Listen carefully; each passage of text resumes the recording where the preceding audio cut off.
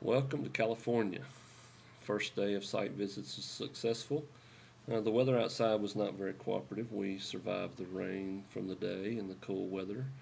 Most of us, I feel like, left Austin coming to California thinking we'd be warmer here, but it was much warmer in Austin today. The site visits were very informative today. One school, the first school, Palo Alto, was a very old school, 100 years old. Um, it's neat to see the history portrayed in the walls, up and down the halls, and look at the architecture of the building. Innovative and creative. I guess one of the most innovative and creative ideas was the instructional specialist to evaluate the teachers instead of using department heads or using the APs.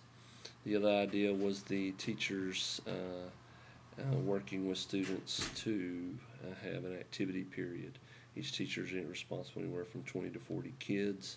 Kids choose who they want to have as their advisor for their sophomore, junior, senior year. So I think that'd be kind of neat to see the selections of students that would choose who they would choose and what teachers would be chosen by different students. Obviously, I think a lot of athletes would choose coaches, and fine arts kids would choose one act play or drama or choir or band. But the student is not associated with one of those groups. It'd be interesting to see how they connect with teachers and how they choose their advisors. Some innovative ideas that we saw were the robotics. This is something that's not offered at Westlake. The biotechnology that they're going to begin to offer at Palo Alto. Uh, Not a whole lot of technology integration on campus. In fact, I feel like Westlake is ahead of the game there. Number one, teachers each have their own computer in their classroom. We have more students, I think, have access to it, although this was a cross-platform campus. One of the things I thought was very unusual was they do not allow students to bring computers on campus at all. And the robotics kids they don't have any access whatsoever to the network because they were afraid of what those kids would do to the network. It was neat to walk around and see the campus because it was more like a college campus. It was spread out and kids moved between buildings. Another neat idea or something I thought was unusual was the teachers didn't have a set classroom and they had planning offices. Each of them had, so to speak, a cubicle office for them to take and do their planning in. So it created a sense of collaboration and a sense of team in their department because they would work with other teachers there. Palo Alto High School is across the street from Stanford University, so obviously there's a lot of comparisons to Westlake High School as well as Palo Alto because we're close to UT. We get a lot of UT professors' kids. And I feel like Palo Alto feels that way too because they get some of the Stanford kids and get very high performing kids. Kids perform at a very high level. They push themselves, they work hard, they have high expectations themselves as well as parents having high expectations. Then we went across town to visit Gunn High School.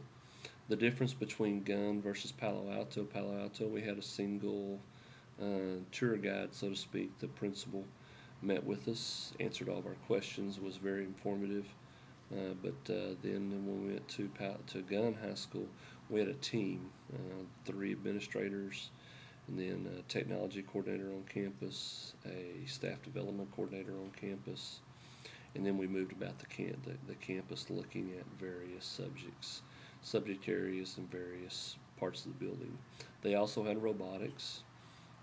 It's a newer school in their eyes. It was very unusual. Palo Alto told us we'd get to go see a new school. We went to Gunn, and Gunn was actually built in 1968. So their idea of what they consider new school and what we consider new school are definitely different. Had robotics, very, very involved student body in the fine arts. We saw an art class today, visited with the teacher for about 400 freshmen in the art class. There'll be about over 300 of the students will take the beginning art class before they graduate from high school. 1,500 out of 1,800 students are involved in some type of visual arts, fine arts, or of some type.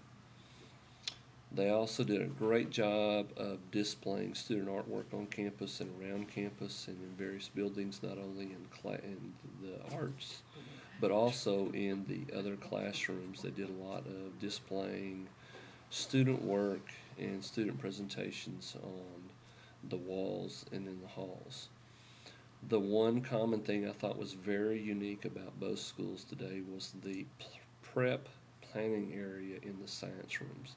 They had a huge prep planning area that all the science rooms opened back.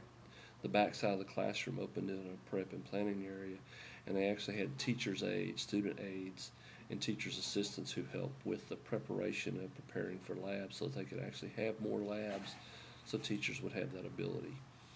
Gun High School's on a 7-period day. Teachers are required to teach 5, and then they have 2 planning periods to prepare for their classes. Overall for the day, it was very informative.